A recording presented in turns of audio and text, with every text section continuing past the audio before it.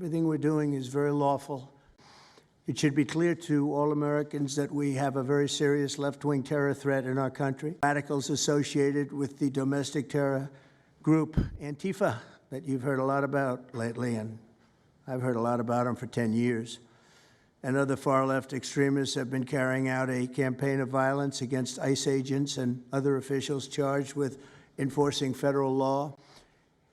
In Chicago, anarchists have surveilled at least 4 local ICE facilities and posted diagrams of the buildings online, meaning nothing but bad, accompanied by photos of specific ICE agents that they're targeting, one in particular who's a top person and a great patriot.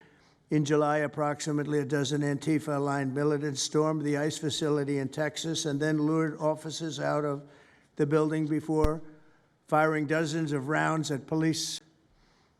They were crazy, frankly, shooting one Texas officer in the neck. And in Portland, Oregon, Antifa thugs have repeatedly attacked our officers and laid siege to federal property in an attempt to violently stop the execution of federal law. Everything we're doing is very lawful. What they're doing is not lawful. And what the governor and the mayor of, as an example, you could say of Portland, and you can say certainly of Chicago, it's not lawful what they're doing. They have to be very careful.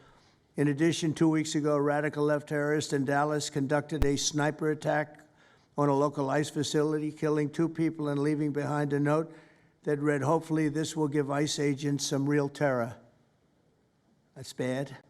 This attack came the very same month that Charlie Kirk was assassinated by a far-left extremist who inscribed the words, "Hey, fascist, catch," meaning catch the bullet, onto the bullet shelf itself. The epidemic of left-wing violence and Antifa-inspired terror has been escalating for nearly a decade. These are people that want to destroy our country. We're not going to let it happen, but we're going to be very threatening to them, far more threatening to them than they ever were with us.